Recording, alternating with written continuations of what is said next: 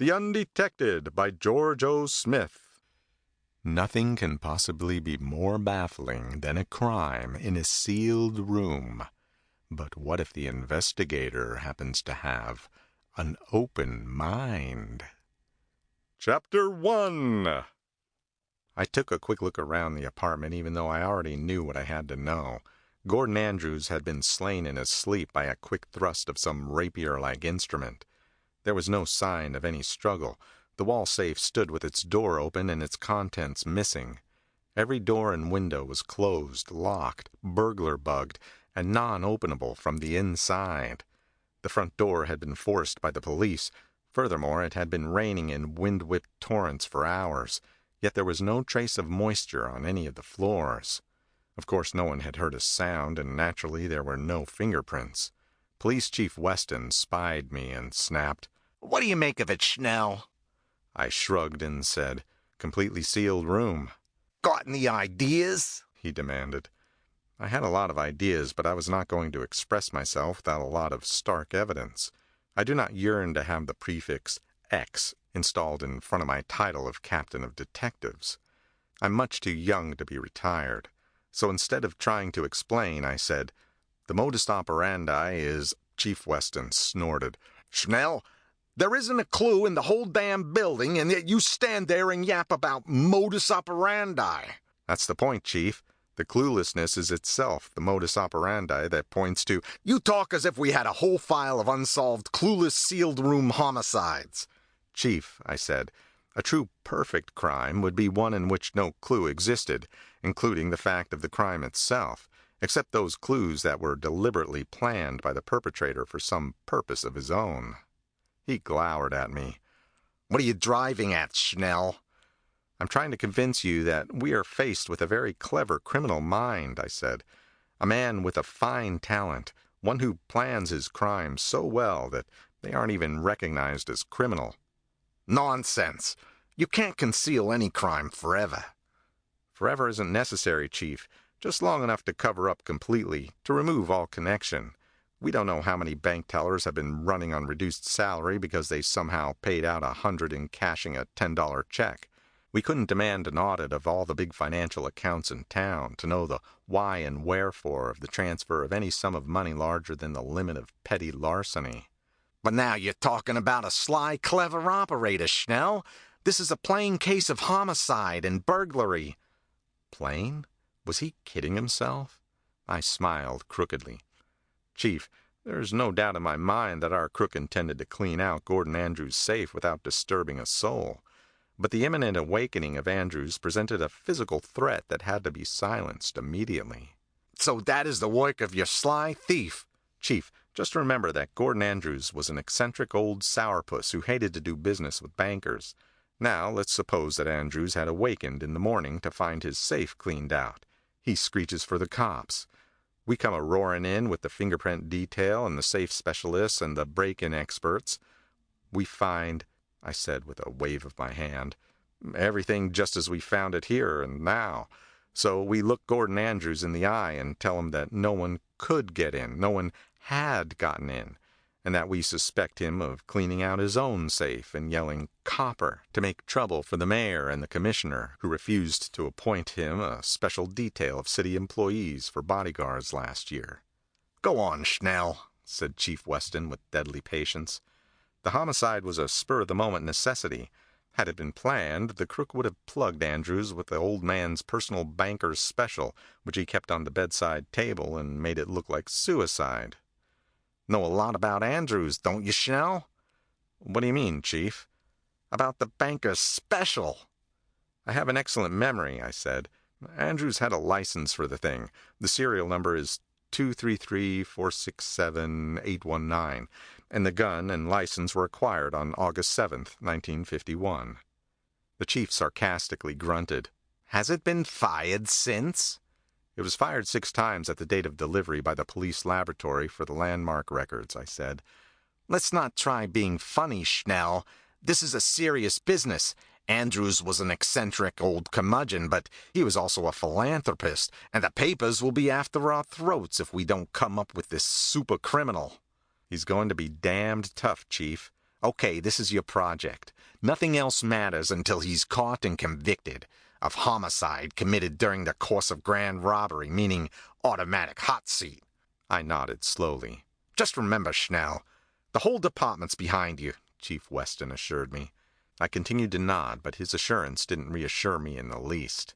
With about 98% of the general public still not quite willing to accept rockets, missiles, and space travel, I had a fat chance of convincing anybody that a telepath had kept guard over the slumbering mind of Gordon Andrews, while a perceptive solved the combination to the wall safe so that a kinematic could twirl the dial, that the imminent awakening of Gordon Andrews had indeed been an imminent physical threat to a delicate extrasensory undertaking, and that therefore he had been silenced by a kinematic with a weapon located by the perceptive, after warning from the telepath, after which the criminal had continued, with the loot being floated by a levitator along a freeway explored by the perceptive, and scouted by the telepath, and cleared of barriers by the kinematic who opened and debugged them as he went along, and that the real topper for this whopper was that this operation was not the integrated effort of a clever gang of extrasensory specialists, but rather the single-handed accomplishment of one highly talented psi-man. A psi-man ruthless enough to kill before he would permit his victim to watch the turning dial, the floating loot, the opening portal, simply because there stood a probability that one of the 2 billion persons on Earth might suspect the phenomena as parapsychical activity instead of the hallucinatory ravings of a rich old eccentric who hated the incumbent political party. How best to keep a secret? Let no one suspect that any secret exists. Chapter 2. The rain was still coming down in wind-whipped torrents that slatted along the avenue in drenching sheets. Huddled in the scant cover of the apartment door was a girl of about 18. The raincoat she wore was no protection. The wind drove rain right up under it. Womanlike, she was struggling with the ruins of a fashionable little umbrella instead of abandoning it for the tangled mess that it was. She looked at me as I opened the door. She was without guile. She was wet and miserable and determined to take whatever help was proffered, and hope afterward that no unfair advantage would be taken of the situation. I showed her my ID card, and she read, "Howard Schnell, Captain Special Detail." Her face changed from cautious immobility to a sort of wet animation, and she added, as if it were important under the circumstances to be completely open, "I'm Florence Wood." I took the ruined umbrella from her unresisting hand and stood it in the foyer for the janitor to dispose of, and pointed out across the rain-ponded sidewalk to the police car. It was almost high noon, but the rain was so heavy that the identity of the car was by no means conspicuous from the apartment door. Florence Wood nodded as if she caught sight of it.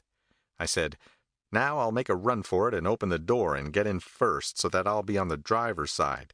As soon as I'm out of your way, just dive in and don't worry about closing the door until you're out of this rain. Catch?" She nodded.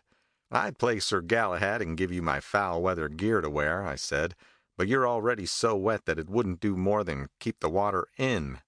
She smiled at me understandingly.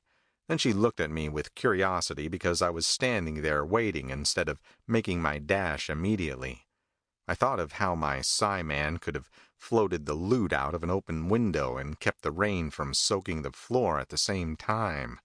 So to make conversation, I said, "I'm waiting until my willpower builds up enough to overcome the forces of gravity, barometric pressure, and the rest of whatever goes into the making of a howling downpour like this. Considering that nature is dissipating energy equal to a couple of hundred atom bombs per second, it takes a bit of time to collect the necessary amount of mental power." Florence Wood laughed. In mere instants she changed from weather-drenched misery to a cheerful sort of discomfort no worse than many human has endured for hours at a football game. She said with amusement, "Captain Schnell, why don't you start the car and drive it over here? Seems to me that it would take less power than stopping this storm." "The law says that it's considered unlawful to operate a motor vehicle from any position other than the driver's seat," I replied. When the slack in the storm I'd been anticipating finally arrived, I took advantage of it to make my run across the sidewalk. Miss Wood followed. Her timing was perfect. Everything happened in a continuous sequence without a stoppage at any point. The door opened and I went in, landing hard and bouncing deliberately on the seat springs to hunch myself over. Miss Wood landed and whirled in a flurry of wet skirt and clammy raincoat, hauling one rain-booted ankle out of the way as the door swung closed with a solid and satisfying thunk. I started the car and let the engine idle to warm up and dry it off. Then I said, "Part of my duty to the citizen includes protection of his health and comfort as well as protection from unlawful behavior. So, where do you wish to be taken?" She regarded me out of clear gray eyes. "Don't you know?" she asked with a quirk at the corner of her mouth. "Do I look like a mind reader?"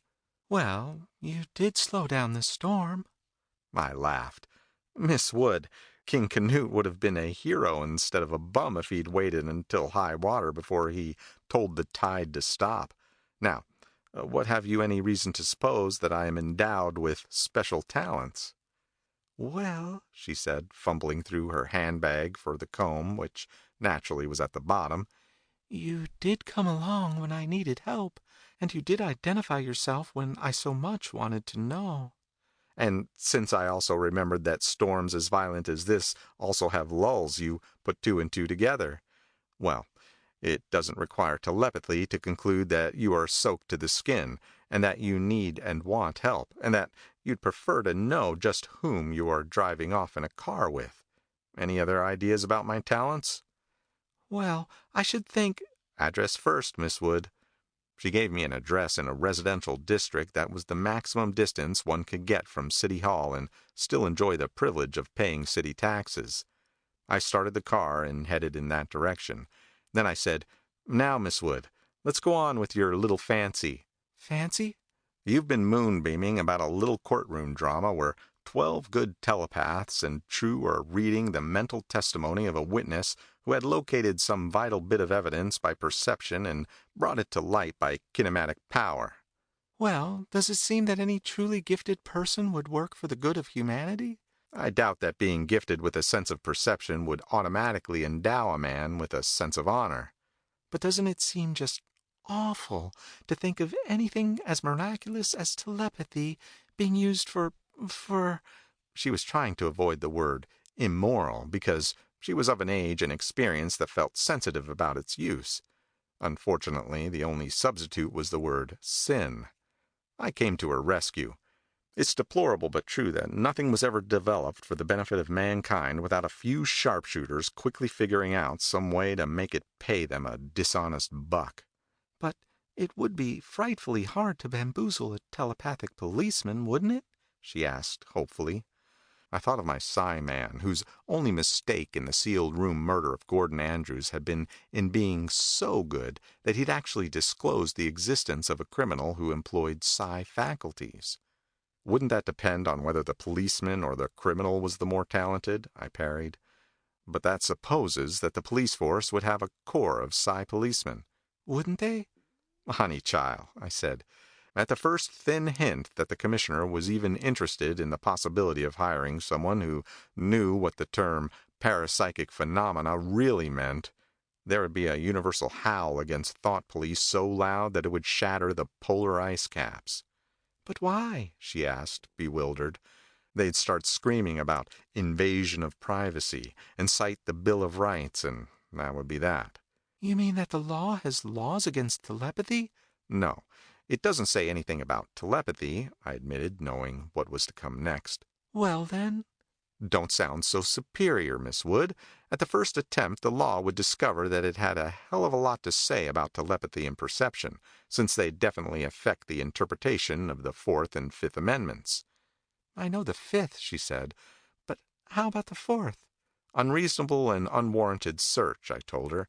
"But isn't a man guilty when he's guilty?" "I wish it were as simple as that." "But why isn't it?" "Little Miss Wood, you are now asking me to solve an ethical question that's been unanswered for more than 10,000 years. I smiled wistfully. "I'm not, I repeat, not big enough to answer the following question. Shall a killer in the confessional who has been given absolution by his God subsequently be punished by his fellow man?" "But what has that to do with it?" "Let's have you answer one. Could you truly bare your secret soul to God if you suspected that some prying human being was taking it all down on a tape recorder? No, I suppose not. Then our thought police would be standing as a human barrier between any man and his God. I suppose so. But couldn't I tell? Tell? Tell whether someone was listening to my thoughts. That was another stumper. Does a sign wear out any faster if it's red? Can a radio transmitter be measured to tell whether the broadcast has any audience? Does the tree that falls in the forest barren of animal life generate the same wave motion as it would if all the leaves were replaced by active eardrums? There are lots of analogs, but are any of them valid? I said, if I cry out, how can I know whether I'm being heard? And in my mind I made my own reply. I thought in deep concentration. How do you read me, Psy-Man? The response was 0-0, and it meant nothing. My Psy-Man could have been following my every thought from the moment that my ringing telephone summoned me to Gordon Andrews' apartment to the present instant, so far as I could tell. There was no feeling of intrusion, no feeling of presence. Chapter 3. Florence Wood giggled. Going to stop the rain again, Captain Schnell? The storm was still howling. In the near suburbs, the rain came in more gracefully draped sheets, and the wind was not whirlpooled by the flue-like canyons between the buildings, but residential rainwater is just as wet per cubic centimeter as the metropolitan variety. Maybe I should drive up over the lawn, I suggested. Daddy would blow a fuse. We might wait for it to let up. I'd rather not, she said soberly. It's one thing to be driven home in a strange car during a cloudburst, but it's something else to sit out here making it look like as if I were paying off by making out. It came as a pleasant surprise that she did not consider me a superannuated gaffer, and it was her youth that allowed her to discuss parapsychic phenomena without the tongue-in-cheek attitude of the older know-it-alls. I considered Florence Wood and realized that she was at least old enough so that I wouldn't be judged for cradle robbing so long as I had a parental acceptance. And I did want someone to talk out the business of psionics without having someone wind me in a sheet and ship me to a shrinker. And so I said, if it will smooth things out a bit, I'll umbrella you to the door and make official explanation to the stern and anxious parent. That we'll enjoy, she giggled. Daddy always says that he doesn't have to be a mind reader to advise against what my boyfriends have in mind. It'll be fun to face him with a policeman. Darkly I said, most folks don't look upon me as the fun-loving type. Policemen aren't always welcome, you know. Oh, Daddy will enjoy it. He writes a bit. He'll never be another Ellery Queen, but he will enjoy talking to a real live captain of detectives. At this point, a lot of the favorable things took place at once, such as the arrival of another convenient let-up in the storm, the mad rush and the ringing of the doorbell, the opening of the door, and some gasped instructions as we stood in a little hallway dripping puddles of rainwater on a small rug. Police captain. Howard Schnell. But Florence isn't... I laughed at Mrs. Wood. Not at all. This is just a rescue of a very wet maiden in distress. When we're not shooting bank robbers, we also help little old ladies, and lovely young girls, across streets. All in the day's work, you know. Mrs. Wood hauled Florence off, saying something about hot showers and dry clothing, while Mr. Wood regarded me with interest. He beat all the way around the bush, trying to ascertain, without actually asking point blank, whether I could spend a few moments, and if so, would I like a drink? One must not anticipate, so I waited until he'd made his meaning clear. Then I accepted his offer of some bourbon, refused his offer of a cigar, and settled myself into the chair he waved at. I tasted the highball, smiled in approval, and opened the conversation by saying, "Your daughter tells me that you write, Mr. Wood." He smiled wistfully. "Well, I'm not at the stage where mere announcement that I am working on a novel causes an immediate publication sale of 70,000 copies. You see, I'm still trying to work out a good association gimmick." "A what?" "An association gimmick. The name Earl Stanley Gardner, for instance, always means a story about Perry Mason and the inevitable courtroom scene full of legal fireworks. Rex Stout has his Nero Wolfe, the fabulous detective who lets his secretary do all the work. And, I added, John Dixon Carr writes about Gideon Fell, who is an expert in solving sealed room mysteries. Exactly, he said. I have a series of gimmicks all planned, but I really need a strong, out-of-the-ordinary character to go along with them. You see, I propose to write a series of stories about perfect crimes. I'm not smart, I said. I've always assumed that the so-called perfect crime would be the one in which the criminal walks off scot-free with the loot under one arm and the girl on the other. He said, From your point of view, a true perfect crime would be one in which no clue existed, including the fact of the crime itself, except those clues that were deliberately planned by the perpetrator for some purpose of his own. That is your own angle, isn't it? I nodded. Indeed it was, and it had been expressed in precisely the same words that I had used in speaking to Chief Weston. However, he went on blandly, you'll agree that a clue is usually the result of a mistake, or failure to plan completely, or the result of some accidental circumstance. Right. But in a perfect crime, there would be no error, no mistake. Yes, but aren't you backing yourself into a hole that you've lined with fishhooks yourself? Not at all, he replied. Clues must be cleverly contrived, created and established in such a way that the episode is ultimately known to be the crime and not labeled misadventure, suicide, or the like. Otherwise, he said with a genial smile, we are writing about a perfectly justifiable homicide instead of a perfect crime. I nodded again. And of course, he finished, these clues must also provide precisely the correct amount of information that the motive of the criminal is not only fulfilled, but exposed, if not to one of the characters in the book, at least to the reader. Mr. Wood relaxed and sipped his own drink. From somewhere aloft, a number of individually insignificant traces added up to fairly reliable evidence that Florence and Mrs. Wood were about to return. I gathered that the cross-questioning had allayed any parental suspicion.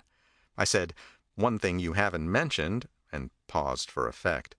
To the Hindu, perfection means the inclusion of an almost imperceptible flaw, so that its maker cannot be accused of presuming to be as good as God.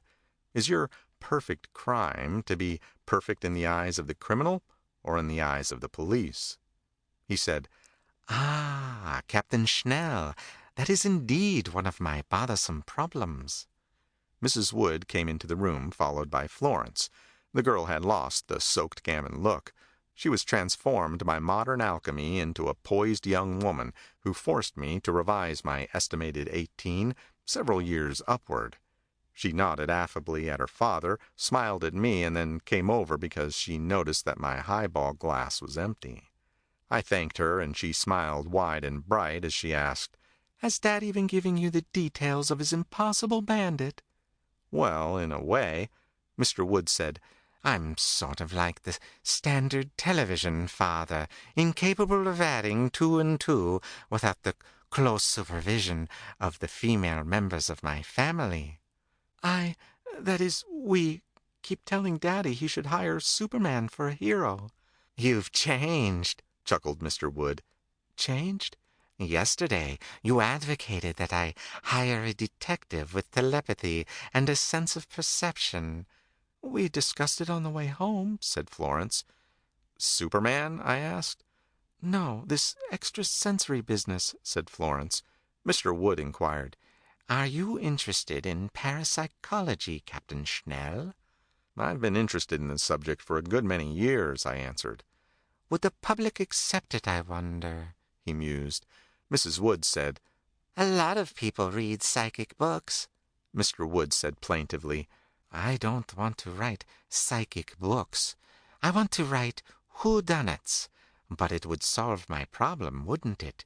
My series would consist of crimes that would be perfect, except for the introduction of a master of psionics who tells the story in the first person singular, and who solves the crime by parapsychic power. It might read better if you made your extrasensory character the criminal, I suggested. He shook his head. Wouldn't do at all. A criminal with extrasensory talent would always win out over the police. There have been only a very few successful stories written in which the criminal got away. Maybe he wouldn't, I said. But how could he possibly fail? He might get sloppy. Sloppy? Mind-reading every anticipated move. Or bored. Bored? One often leads to the other, I told him with a smile, which is just my policeman's way of thinking. From the policeman's point of view, you're overlooking one rather important angle. Indeed. Well, you must tell me all about it. Okay, I said. My point is that you should not view this as a single incident in the life of an extrasensory who has turned his talent to crime, but rather take the overall view. For instance, we can write the life history of our Psi-Man in broad terms. As a schoolboy, he was considered extraordinarily lucky at games of chance and skilled in games of manual dexterity. He stood high in his schoolwork and at the same time managed to do it without working very hard. By the time he enters high school, he realizes that his success is due to some sort of sensing of when things will be right.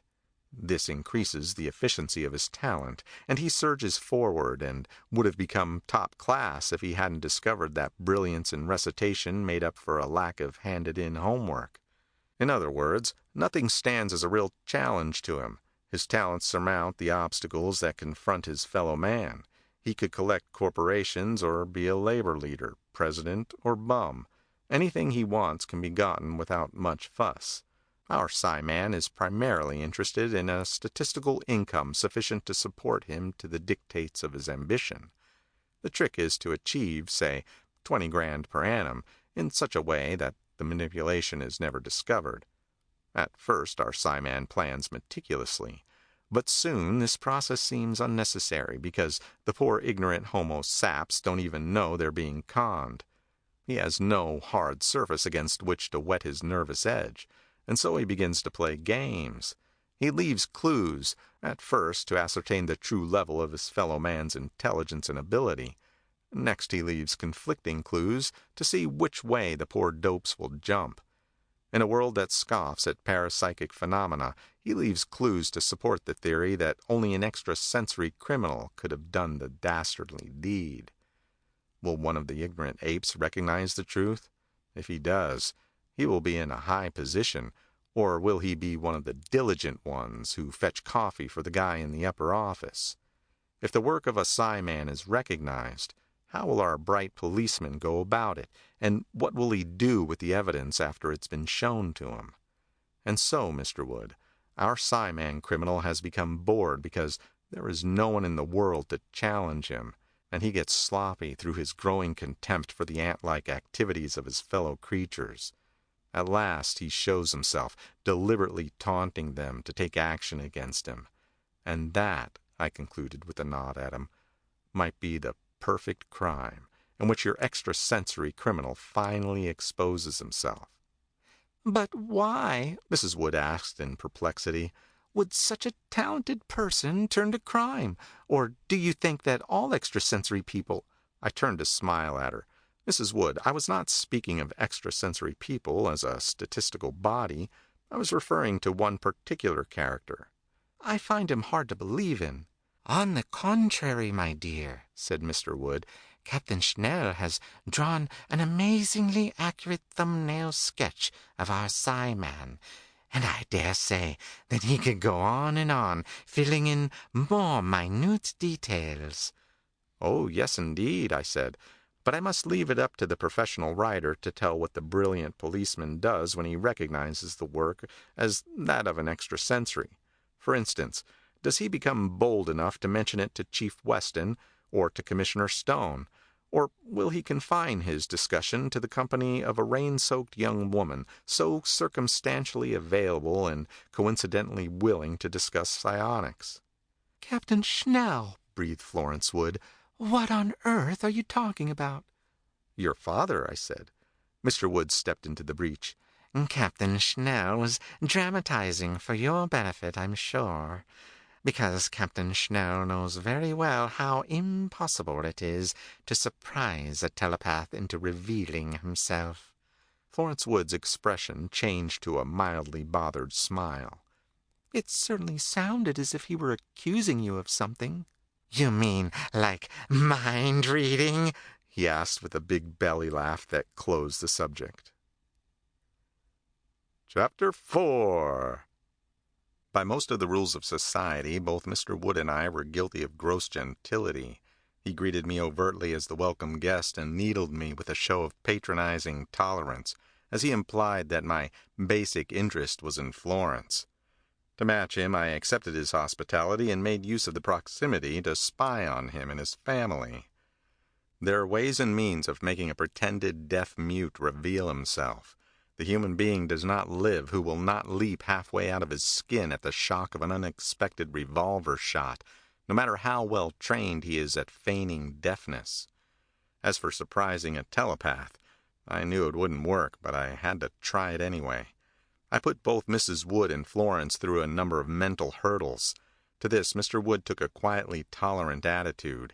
He understood and was prepared to accept as healthily normal a certain amount of lust and carnal conjecture in the minds of males who were interested in his daughter. He forgave me for mentally insulting his wife because he knew that my mental peregrinations were only aimed at determining whether his wife was telepathic.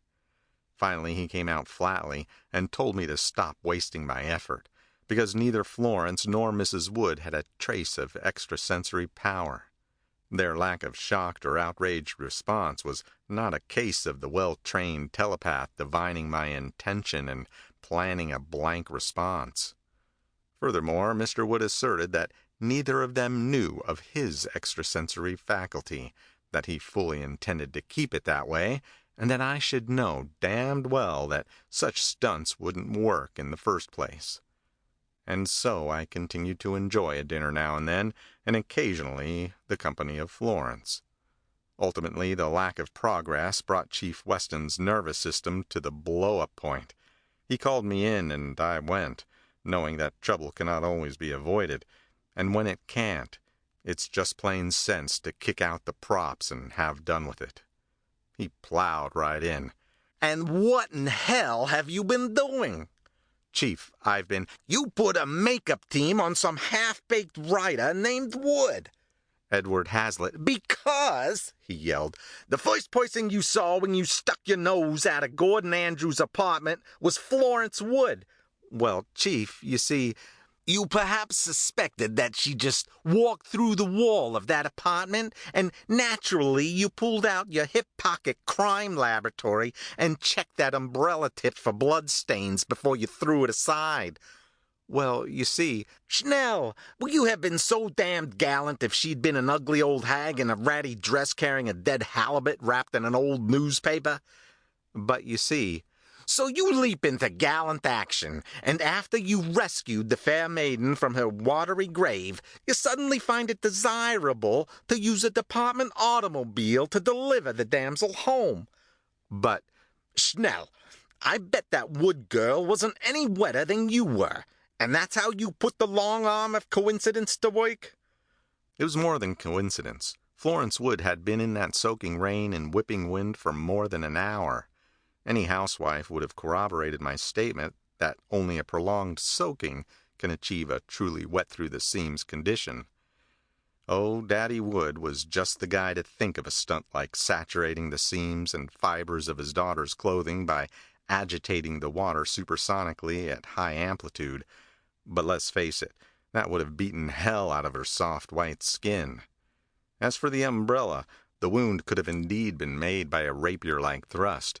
But a comparison between the depth of the wound and the length of the tip showed that the bottom of the wound could not have been reached without forcing part of the umbrella itself into the victim's body.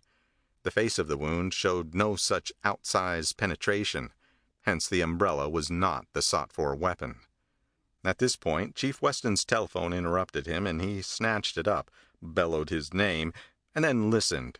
Finally, he snarled that it was for me, and fairly hurled the handset at me. I caught it at the end of its cord and said, "Captain Schnell, special detail." "Oh, I know it's you, Captain Schnell," said the suave voice of Edward Hazlitt Wood. "I just wanted to tell you that your analysis of the umbrella's uselessness as evidence was quite brilliant, and your logic in the matter of my daughter's rain-soaked clothing was clever. I really don't regret the chewing out you are getting. You deserve it. I was hoping to find you bright enough to avoid it. Anyway, can we expect you for dinner this evening?" "Yes," I snapped, and hung up, thinking a few things that would have called for a terse reprimand about foul and abusive language if telepathy were administered by the Federal Communications Commission. "Wood," snapped Chief Weston. "Yes?" "Date?" he snarled. I groaned. Wood did have that nasty telepath's ability to maneuver me into a situation that I could not conveniently avoid. "When they start calling the office to pester you for dates." "I know what I'm doing." "So do I," he yelled. "You're doing nothing."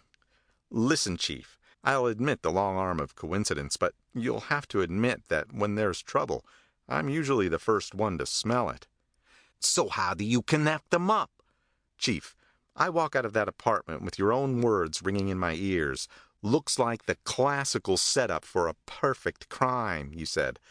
And then I meet this girl who just happens to have a father who writes whodunits and is planning a series of books based on the perfect crime." "Maybe," sneered Chief Weston, "the guy is a mind reader." "I've given even that some consideration." "So I hear tell." "Any objections?" I asked. "Objections?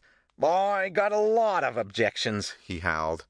"This is a police department, not a soothsayers' convention. We're subject enough to criticism as it is. You needn't have added the act that makes us look like a bunch of damned fools." "But, Chief, So what do I hear tell?" He hauled the tray drawer of his desk open and pulled out one of the tabloids, open to one of its hate-everything columnists. "Listen. In recent years, the legality of the famous witchcraft trials of the past has been subject to debate, with the result that these past convictions have now been declared miscarriages of justice. Posthumously, I must unhappily add.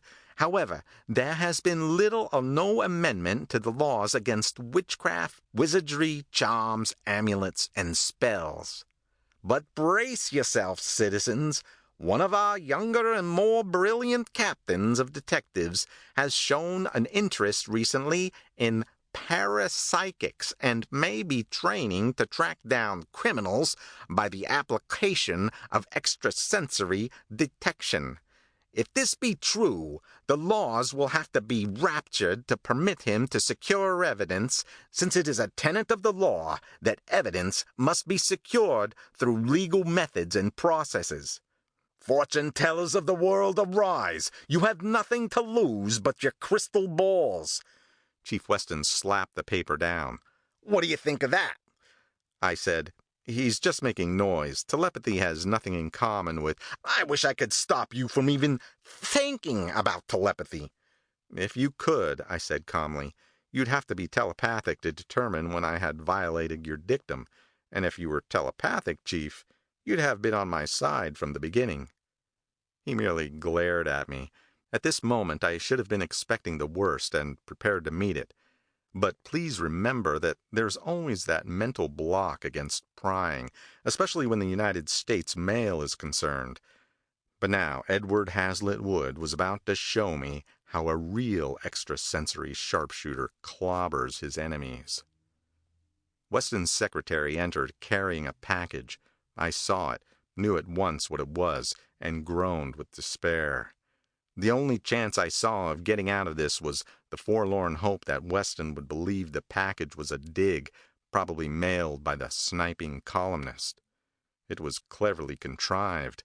The addressee's name had been blurred and half obliterated so that it couldn't have been quietly dropped on my desk where I could have disposed of its damning contents quietly. It had, of course, come special delivery, urgent, immediate handling. If I were a believer in amulets, witches, and spells, I'd been of the opinion that an aura of urgency had been created about the box.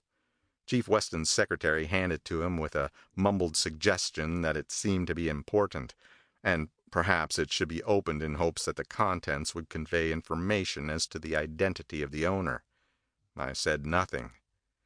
Inside the package was a fine crystal ball, a set of tarot cards with a thick book of explanations, and a second deck of cards, the like of which most people have heard but few have actually seen. These were the square, circle, wiggly line cards used in parapsychic research. There was the damning evidence of a packing slip with my name clearly printed on it, and a rubber stamp notation that the merchandise order had been accompanied by a prepaid postal note. The timing was perfect. The problem of keeping that package on schedule all the way from its point of origin to its devastating delivery must have taxed Wood's faculties, but he'd done it. Chief Weston's color rose visibly, and in a voice loud enough to be heard in Asbury Park, he yelled, "Schnell, did you buy this?" I was trapped. No matter what I said, it was calculated to get me into trouble. For in the petty cash box in the secretary's desk was a petty cash slip made out in an amount of $39.17 for a postal money order payable to the Aladdin Novelty Company of Bayonne, New Jersey. The signature was good enough for me to accept it myself. All along the line it had been nicely legal, or would have been if I'd really signed that petty cash slip. If it came to an argument, I'd have to perform miracles to prove my innocence. "Schnell," said Weston in a cold, level voice, "you'll get me a lead on Gordon Andrews' murder by tomorrow night, or hand me your badge." I fumed in silence because there was nothing to say. "Get out." As I closed the door behind me, I heard the crash of the crystal ball hitting the wall. Luckily, he hadn't hurled it at the glass panel in his office door. My own phone was ringing as I approached my desk. I picked it up wearily and said, "Very clever, Mr. Wood. Very damned clever." He said, Your basic difficulty, Captain Schnell, is that you have sworn to uphold the law and are compelled to employ its legal methods. You must always work within the framework of the law. You would not think of tampering with the United States mails, even to save yourself from an unjust charge. "Wood, if I make a single move outside of the law, you'll use it against me, won't you?"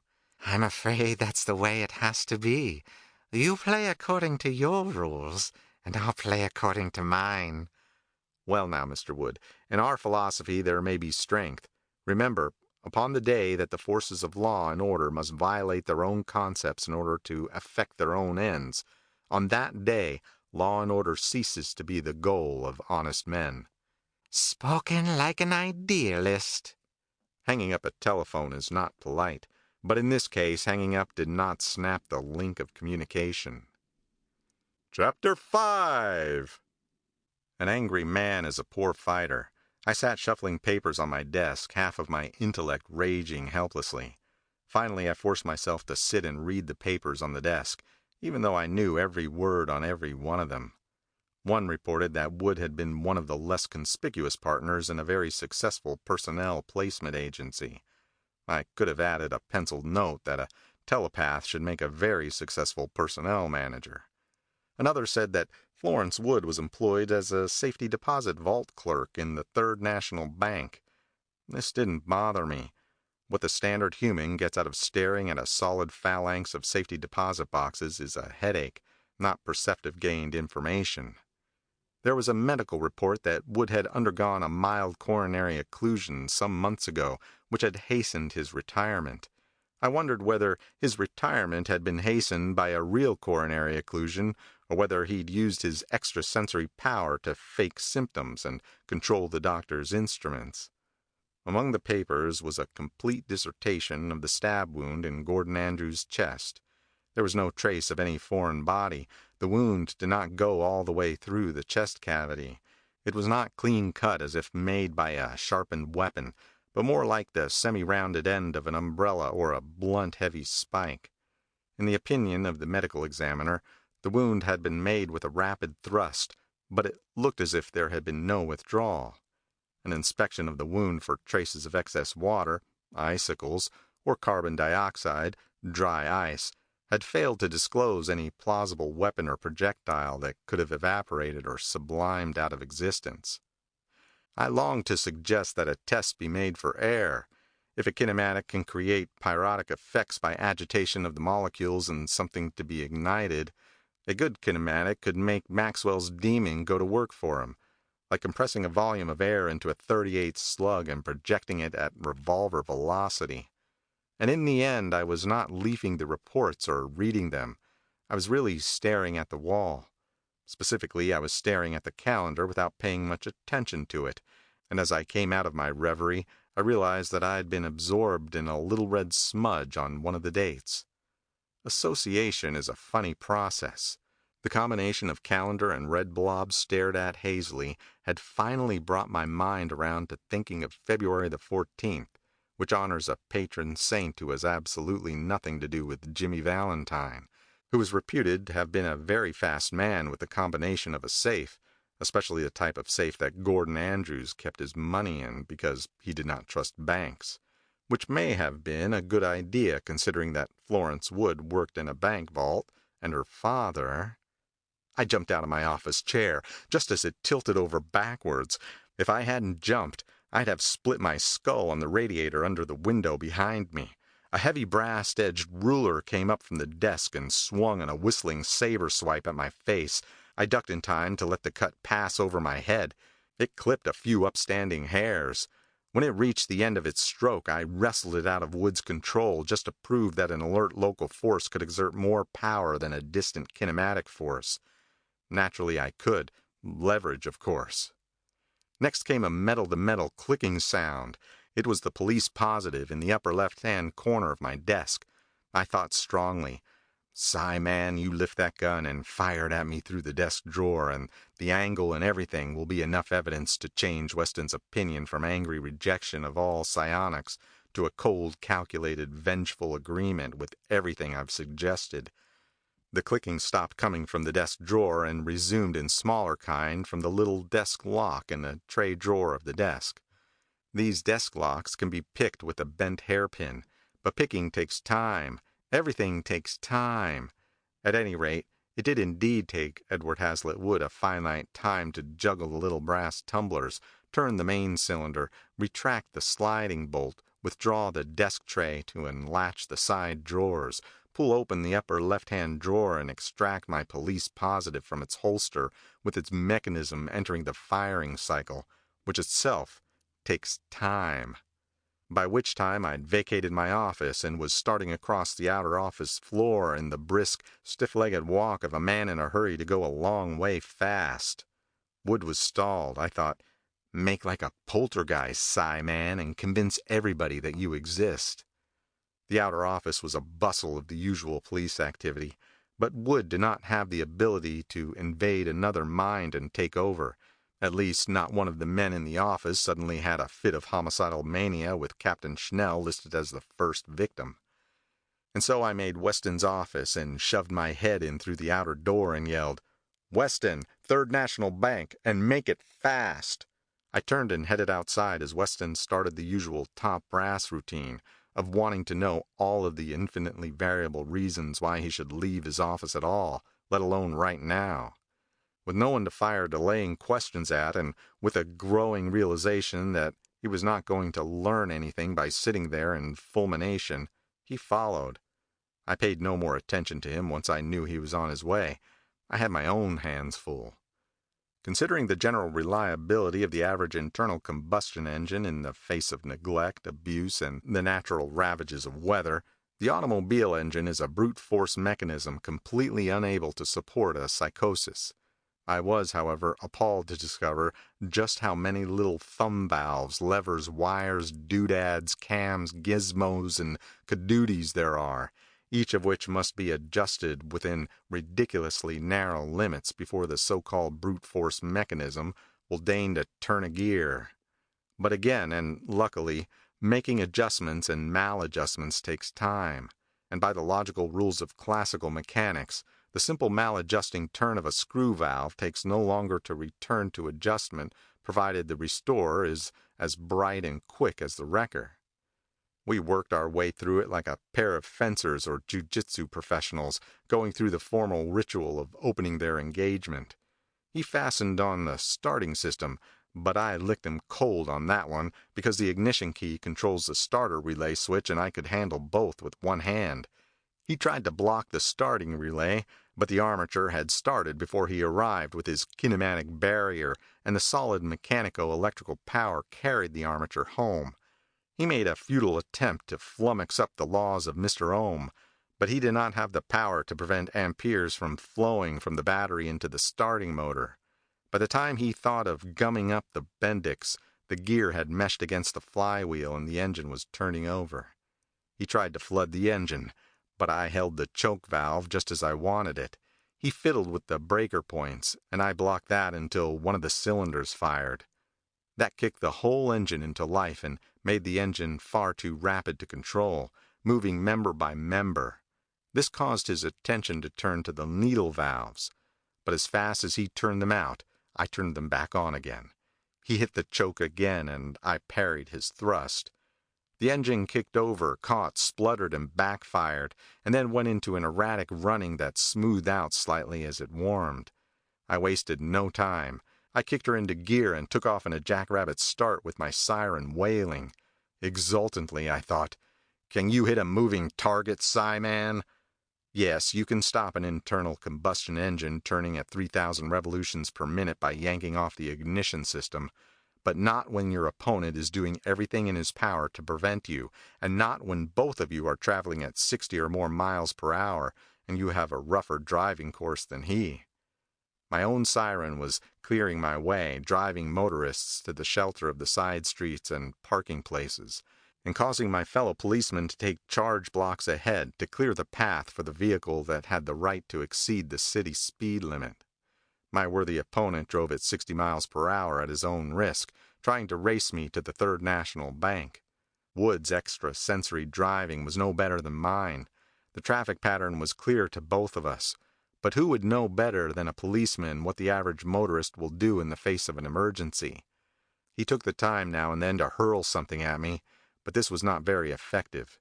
If you think not, figure how many things you can see and use as weapons while driving at 60. And two, he was also fighting the unfavorable end of a missile problem called terminal control, which simply states that any guided missile approaching its target is subject to greater and greater interference by the enemy as it gets closer. Wood's near misses I ignored with a disdain calculated to make him furious, and his near hits I blocked with an ease that proved my ability to outguess and outmaneuver him. I chuckled to myself, for Edward Hazlitt Wood had been played off balance. He'd committed the hysterical mistake of fighting me on my ground instead of his. He had thrust and I had parried and advanced, forcing him to thrust again before he could recover.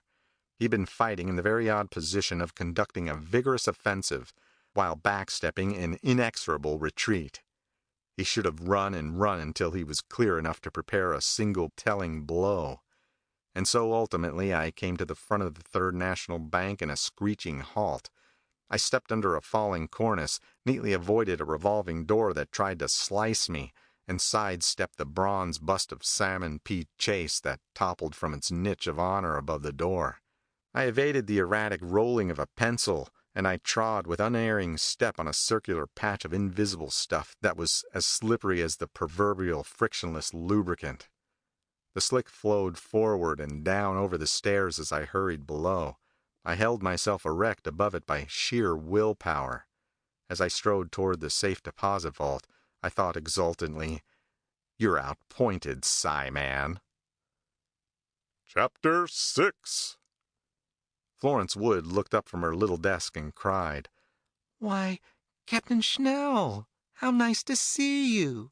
Hello, I said with a smile. I hope you won't mind my company for a while. I'm not likely to go for a stroll in... Captain Schnell, don't. 7½ tons of finely wrought and polished tool steel alloy swung on delicately balanced hinges, coming to rest with the metal-to-metal sound of machine surfaces sliding into a perfect fit with its precision-matched receptacle. Its piston fit made a pressure on our eardrums. Then the automatic switches took over and motors whirred in solid muffled harmony as the massive bars slid out of their nests into the polished slots. The ponderous operation that sealed the two of us off from the outside world behind a barrier of drill-proof and burglar-proof and blast-proof solidity concluded not with the mechanical fanfare it deserved, but with a gentle little click that was as final as the word of God. Do that, gasped Florence Wood, weakly finishing her admonition. She stared at me. The knowledge that this bank vault door was equipped with a time lock that would not permit it to be opened except in the interval between 9:15 and 9:30 in the morning of any working weekday ceased to be mere information and became vitally important to Florence Wood. So did the secondary knowledge that the bank vault was also contrived in available volume to limit the breathable air. There was not enough to support the average human adult overnight until opening time tomorrow morning. Now there were 2 of them entombed in it, and she was one of them. We'll die, she screamed. Trust me, Florence? She looked dubious. She was not at all willing to regard anyone as competent who was so foolish as to lock himself into a bank vault, and her with him. Florence was still struggling through her sea of mixed thoughts when the telephone rang. It was Chief Weston, and he bellowed almost loud enough to hear through the yards of concrete and steel that separated us. Schnell, what in the bloody hell have you done? I've shut the vault, I said. You'll die. I doubt it. How do you suppose to get out? He demanded with heavy sarcasm. Just ask Edward Havlet Wood, the Psi man in our midst. Schnell, if you get out of there alive, I'm going to ask you for your If I get out of here alive, you'll need every faculty I have to keep our Psi man jugged for good. You and your extrasensory. Chief, get it through your thick skull that I am so convinced I'm right that I'm betting my life on it. And can you tell me why he is going to give himself away to rescue you? Because I have his daughter right here beside me. Schnell. Stop yakking, Chief. Call me when Wood arrives. I have an emotional problem on my hands down here. How do you know Wood's coming? He's been following my every move by telepathy, I said. He's been trying to block me all the way. Oh, he knows all right. Then I hung up to stop a lot of senseless gab. I turned to Florence, who was just beginning to understand what I had said and what it meant to both her and her father. She stood there with shocked eyes regarding me, and with one hand pressed back against her teeth, she said, I don't believe it, in a barely audible voice. It's true, and I'm sorry it's true, I told her. It can't be true. That's what you'd like to believe, I said softly, but the fact remains that your father is a killer. I'd rather die. Florence, the choice between death and dishonor is not yours to make. Whether you live or die is up to your father, who is guilty of placing you in this awkward position by turning his talents to evil. She stared at me. But how could you? There was no other way but to bait this trap emotionally. So cold and cruel. I nodded. So were the pioneers who saved one last bullet for their wives. How could I tell this hurt girl that I had looked time and again into the minds of killers and found them far worse than the deeds they committed? When the official record states that upon such and such a date so-and-so was punished for his crime, how is he punished for the harm he did to those who placed their trust in him? I hate them because they force me to reveal them for what they are, making me an agent of their betrayal. The phone rang again. Yeah, Chief? Schnell, Wood's just arrived. What shall I tell him? Don't bother. He knows it all. Schnell, granting that you're right, Why should he show his hand when he knows, or could easily find out, what the time lock setting mechanism is on your side of the vault door? Sure it is, I replied, but it's covered by a sheet of 5-ply safety glass. Use your revolver. Chief, reprimand me for a violation of regulations if you must, but let me point out that only an idiot would wear a gun when he's pitting himself against a Psi-man. Got everything figured out, haven't you, Schnell? Chief, I said, this affair started in a sealed room, and now it's going to end in one. I yanked on the telephone and pulled it out of its connection block, snapping that link of communication. Then, to satisfy Edward Hazlitt Wood, I hurled the instrument as hard as I could against the safety glass. The telephone bounced as if I had thrown it against 6 solid feet of battleship plate armor. I thought, Psi-man, you are trapped.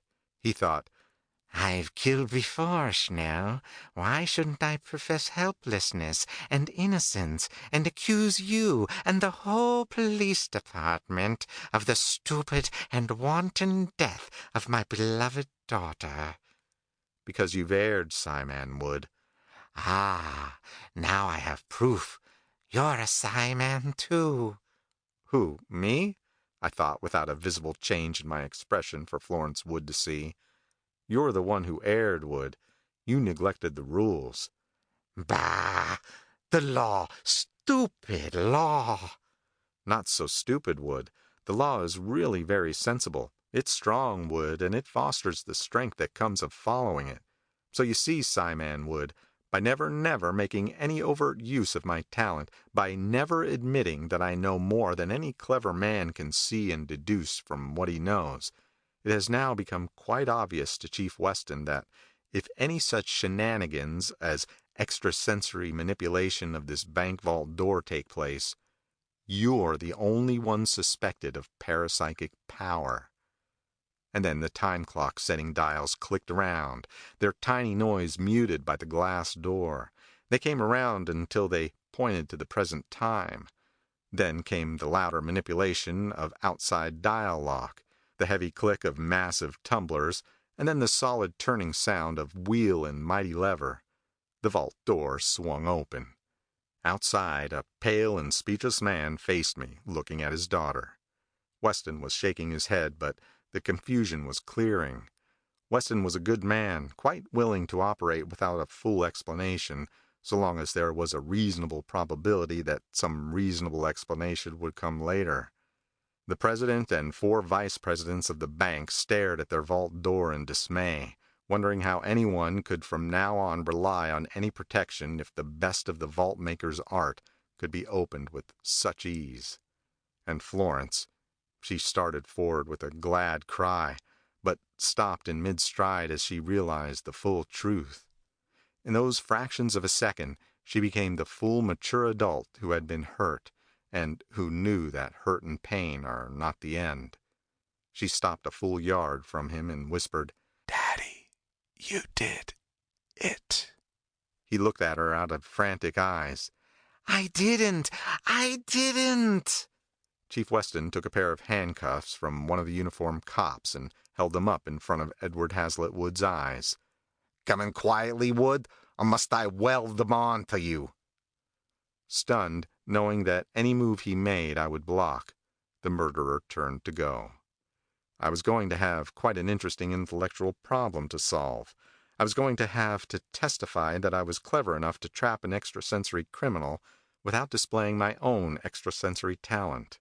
It wasn't just a matter of putting a possible ending to my official usefulness to the forces of law and order if the facts became known.